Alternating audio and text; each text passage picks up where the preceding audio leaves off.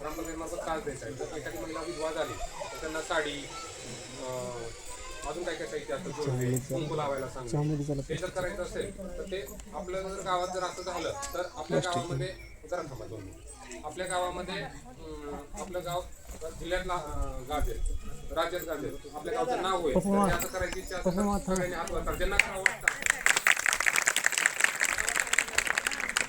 हात वर करा, ज्यांना करावं वाटतं.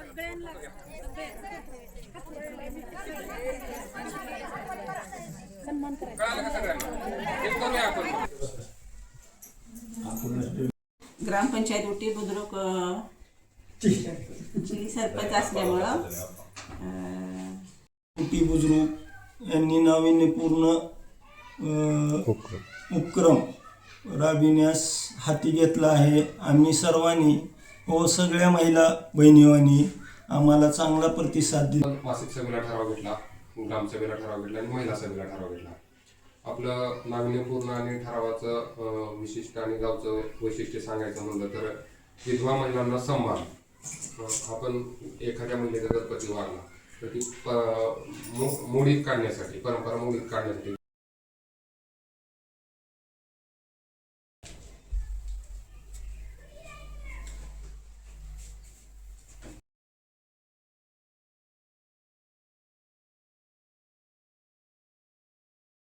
जरा सारखा 1 मिनिट.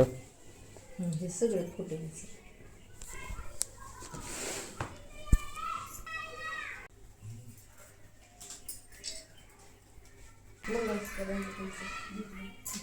इकडे बघू.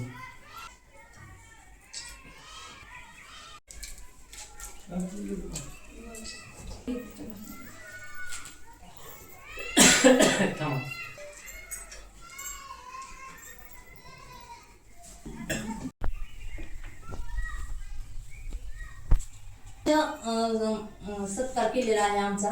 विधवा महिलांना कुठेही मानाचं स्थान दिलं जात नाही. तिला एकदम दुय्यम दर्जाची वागणूक दिली जाते आणि तिला समाजात वावरताना अनेक अडचणीला तोंड द्यावे लागते. ती कुठेतरी थांबलं पाहिजे, ती रूढी परंपरा कुठेतरी थांबली पाहिजे आणि तिनं मान सन्मानाने जगली पाहिजे. इतर महिलांसारखा तिलाही मान सन्मान मिळावा यासाठी उटी गावचे सरपंच, उपसरपंच, ग्रामसेवक साहेब तसेच माझे गावातील नागरिक यांनी हा चांगला उपक्रम राबवलेला आहे. सर, तुमचं कौतुक करावं तेवढं कमीच आहे. कधी न घडणारा इतिहासामध्ये पहिलाच कार्यक्रम हा राबवलेला आहे असं मला वाटते. कारण कुण्याही गावामध्ये महिलांना कुठलाच मानाचा दर्जा दिला जात नाही.